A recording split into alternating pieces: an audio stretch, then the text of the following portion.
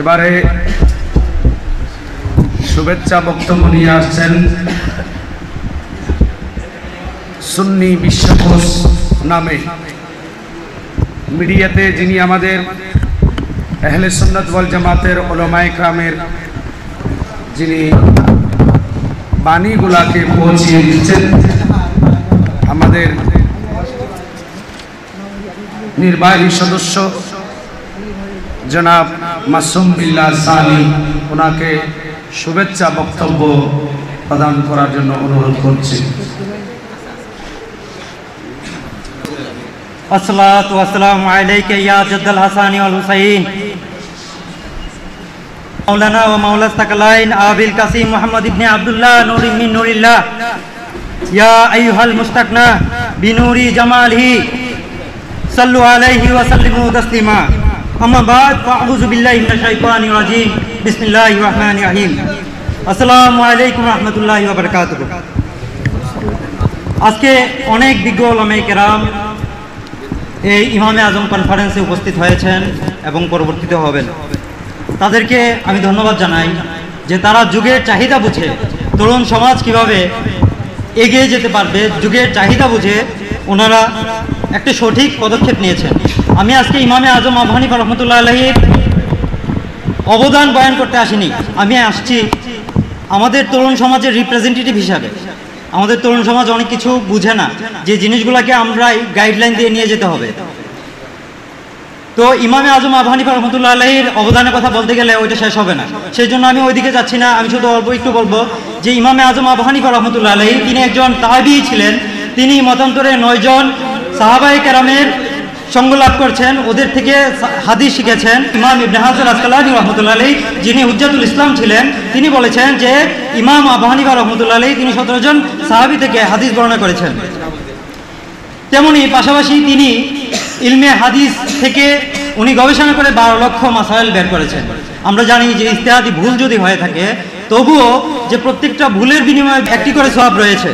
যাক আলহামদুলিল্লাহ, আমরা সেদিকে যাব না। ইমামে আজম আবু হানিফা রহমতুল্লাহ আলাইহিকে আজকে বলে যে তারা জাল হাদিস বর্ণনাকারী, দুর্বল হাদিস বর্ণনাকারী, নাউযুবিল্লাহ মিন জালিক। কিন্তু এইটুকু ধ্রুব সত্য যে তারাও যদি সিয়াসিত্তা খুলে বের করে, তাইলে ইমাম নুমান বিন সাবিত ইমাম আবু হানিফা রহমতুল্লাহ আলাইহি থেকে বর্ণিত সনদ যদি বাদ দেওয়া হয় তাহলে সিয়াসিত্তা শূন্য হয়ে যাবে। এবং হাদিস কালেকশনের যে প্রাইমারি কালেকশন, এটা হচ্ছে মুসান্নাফ কিতাব। এইগুলো লিখেছে কে?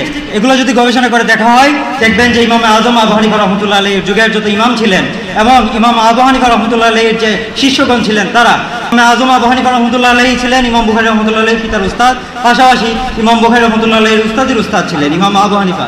তো সেখানে ইমাম আবু হানিফা রহমতুল্লাহ আলাইহিকে জাল হাদিস বর্ণনাকারী, দুর্বল হাদিস বর্ণনাকারী বলা মানে হচ্ছে গিয়ে ইলমে দ্বীনের উপর বিশাল একটা আঘাত আনা, ইসলামের খেয়ানত করা। যাই হোক, এখন আমি মূল আলোচনায় চলে যাই। যে বিষয়টা নিয়ে আলোচনা করতে চাচ্ছি সেটা হচ্ছে কি আমাদের অভাব কি, সেটা যদি আমরা না বুঝি তাহলে আমরা সেই অভাবগুলো কীভাবে পূরণ করব। আজকে আমি যতদূর জানি যে এই রাতে উলামায়ে আহলে সুন্নাত এই প্রোগ্রামের আয়োজন করেছেন শুধুমাত্র অনলাইন বিষয়ক, মিডিয়া বিষয়ক যে গতিধারা আছে সেই জিনিসগুলোকে ত্বরান্বিত করার জন্য, সামনের দিকে এগিয়ে নেওয়ার জন্য। কিন্তু দুঃখের বিষয় এটাই যে আমরা আমাদের অভাবগুলো এখন পর্যন্ত ফাইন্ড আউট করতে পারছি না। ইমাম ইবনে সিরিন রহমতুল্লাহ আলাইহি বলতেছেন, যিনি একজন তাবিঈ ছিলেন এবং 110 হিজরি যার ওফাত, ইমাম ইবনে সিরিন রহমতুল্লাহ আলাইহি তিনি বলতেছেন এই ইলম হচ্ছে দ্বীনের অন্তর্ভুক্ত। সুতরাং কার থেকে দ্বীন গ্রহণ করতে যাচ্ছ, কার থেকে ইলম শিক্ষা গ্রহণ করতে যাচ্ছ, তাকে আগে দেখে নাও। ইমাম ইবনে সিরিন রহমতুল্লাহ আলাইহি আরো বলেন যে হাদিস শিখার আগে, হাদিস জানার আগে হাদিসের ব্যাখ্যা জানা জরুরি। সেই জন্য আমাদেরকে হাদিস জানার আগে হাদিসের ব্যাখ্যা জানতে হবে, বুঝতে হবে। আমরা প্রতিবার সূরা ফাতিহাতে সিরাতুল মুস্তাকিম, ইহদিনা সিরাতুল মুস্তাকিম সিরাতুল লাযিনা আনআমতা আলাইহিম আমরা পাঠ করি, তেলাওয়াত করি, কিন্তু এইগুলোর অর্থ ব্যাখ্যা বুঝি না। সিরাতুল মুস্তাকিমের ব্যাখ্যাটা কষ্ট করে আপনারা যারা সুন্নি, ওয়াহাবি, সালাফি, প্রত্যেকটা মাযহাবের, প্রত্যেকটা তরিকার, প্রত্যেকটা দলের অন্তর্ভুক্ত যারা আছেন তাদেরকে বলবো যে ইহদিনা সিরাতুল মুস্তাকিম সেই আয়াতটুকু, একটা আয়াতের ব্যাখ্যা আপনারা খুঁজে দেখুন যে ইহদিনা সিরাতুল মুস্তাকিমের অর্থ কি। ওই সমস্ত নিয়ামতপ্রাপ্ত বান্দাদের পথে আল্লাহ পাকের নিকট আমরা প্রার্থনা করছি যারা নিয়ামতপ্রাপ্ত হয়েছেন। তো নিয়ামতপ্রাপ্ত কারা? এই যে ইমামে আজম আবু হানিফা রাহমাতুল্লাহ আলাইহি, চার মাযহাবের ইমামগণ, তাবিঈগণ, মুহাদ্দিসে কেরামগণ, হযরত শাইখ আব্দুল কাদের জিলানী আল-হাসানি ওয়াল হুসাইনি রাদিয়াল্লাহু আনহু। আজকে আমরা উলিয়া অনুসরণ ছেড়ে দিয়েছি। আমরা তাহলে কিভাবে আহলে সুন্নাত ওয়াল জামাতের অনুসরণ করতে পারবো? কিভাবে বা আমরা সিরাতুল মুস্তাকিম বুঝবো?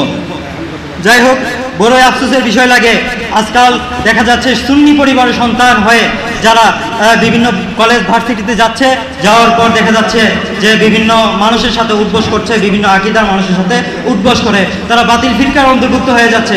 এক দুইটা হাদিস পড়েই তারা সেই হাদিসের ব্যাখ্যায় নেমে গেছে, সনদ দিয়ে বিশ্লেষণে নেমে গেছে। কিতাবুল ফিতানে ইমাম আবু নাঈম ইসপাহানী রাহমাতুল্লাহ আলাইহি তিনি বর্ণনা করেছেন অসংখ্য হাদিস। সেখানে তিনি বর্ণনা করতেছেন যে অল্প বয়স্ক কিছু যুবক যারা হবে কঠোরপন্থী, যারা হবে অতিশয় ইলমে দিন নিয়ে যারা অতি বাড়াবাড়ি করবে, তাদের মাধ্যমে দিন ধ্বংস হয়ে যাবে। রাসূলুল্লাহ সাল্লাল্লাহু আলাইহি ওয়াসাল্লাম বলেছেন যে আলেম দুই প্রকার রয়েছে। এক প্রকার আলেম হচ্ছে কি নবীর ওয়ারিস যারা, সত্যিকার ওয়ারিস যারা। আরেক প্রকার আলেম তো মূলত আলেম নয়, তারা হচ্ছে জালেম। তাদের অন্তরগুলাকে কিতাবুল ফিতানে ইমাম আবু নাঈম ইসপাহানী রাহমাতুল্লাহ আলাইহি তিনি আরো বর্ণনা করতেছেন যে তাদের কথাগুলো হবে মধুর চেয়েও মিষ্টি, তাদের কথাগুলো হবে চিনির চেয়েও মিষ্টি। তারা সুন্দর কথাগুলো দ্বারা মানুষকে আকৃষ্ট করবে, তারা কোরআন হাদিস থেকে বক্তব্য উপস্থাপন করবে। তারা মনে করবে যে কোরআন তাদের পক্ষে, কিন্তু বস্তুত কোরআন তাদের পক্ষে নয়, কোরআন তাদের বিপক্ষে। তারা ইমানের দিকে দাওয়াত দিবে অথচ তাদের কলবে কোনো ইমান প্রবেশ করবে না। তারা সালাতের দিকে দাওয়াত করবে কিন্তু সালাত তাদের কলবে প্রবেশ করবে না। কোরআনের কথা বলবে কিন্তু কোরআনের বস্তুত কোরআনের যে ব্যাখ্যা তারা তা বুঝবে না। সেই জন্য আজকাল সুন্দর চাকচিক্যময় ঝাঁকজমাক দেখেই মানুষ পাগল হয়ে যাচ্ছে। যাই হোক, আমার সময় অতি সংক্ষিপ্ত, আমি বেশি কিছু বলবো না।